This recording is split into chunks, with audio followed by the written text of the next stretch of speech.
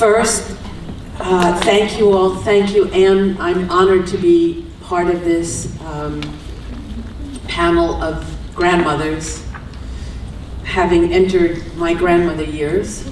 And thank you all for being here, for being in circle, and for me, when any group of people sits in circle, they sit as an embodiment of the Divine Mother.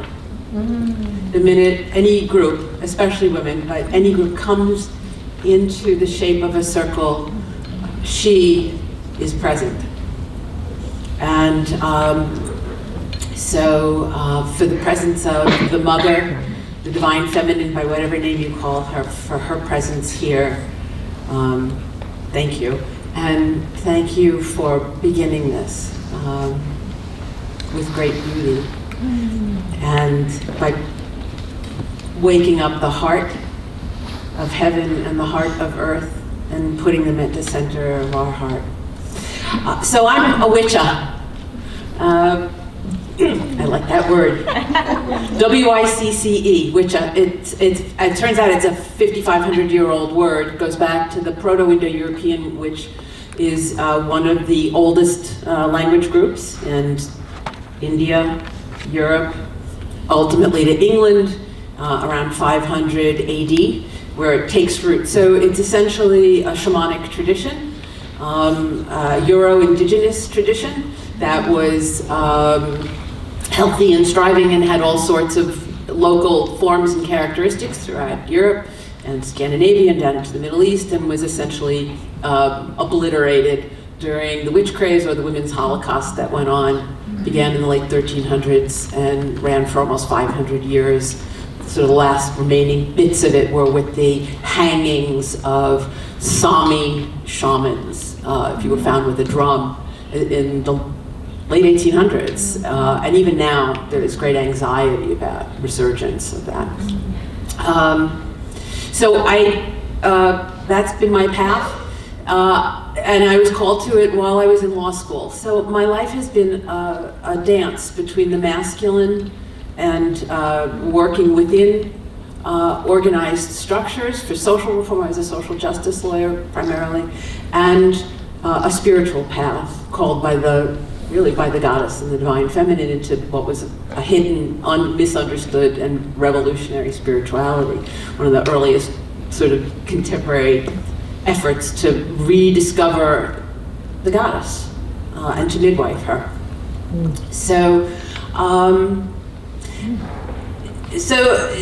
back and forth, to try to transform institutions from within at the United Nations with the Committee on the Status of Women, where I was involved in the 90s, and hitting the wall, always hitting the wall, right? So we go to Beijing, I was part of trying to get us to Beijing, and what happens? We hit the wall of patriarchy, very much in the form of a coalition between theocratic societies and the Vatican, which has a presence at the United Nations, and a limit is placed on what can be articulated, right, in the document that comes out of Beijing. So this constant tension between working within institutions to try to advance the cause of women, and the need to work from the outside, right, to create the webs of connection and alternative expressions that can envelop, as our wisdom began, that can envelop the sun and draw it back to the people where it can serve everyone. 1 minute. So I ended up at the Parliament of the World's Religions on the board, seized the opportunity and decided that that institution could be transformed within, but ended up having to do it essentially alone because not even the women on the board would do it. Okay, fine. So there was no women's assembly, there was no women's committee, so we put one together. I created the assembly, and the concept was to create the container, just to create the container. And then it would be filled by the women who came. Without judgment, without determining you're worthy and no. Yeah, to some extent you have to siphon through and pick the programs, But the women bring the programs, they propose them. And so the web was thrown as broadly as possible. We raised funds to bring Dalit feminists and green nuns and older women who could normally never come. And the stage was theirs. We had all kinds of calamities, and the Mormon church pulled the plug literally on our microphones and our lights and fought to try to prevent women from speaking, and I fought back. And when the Parliament formally opened that night, there were no women on the stage except the one woman who had been touched to be the moderator for all the men.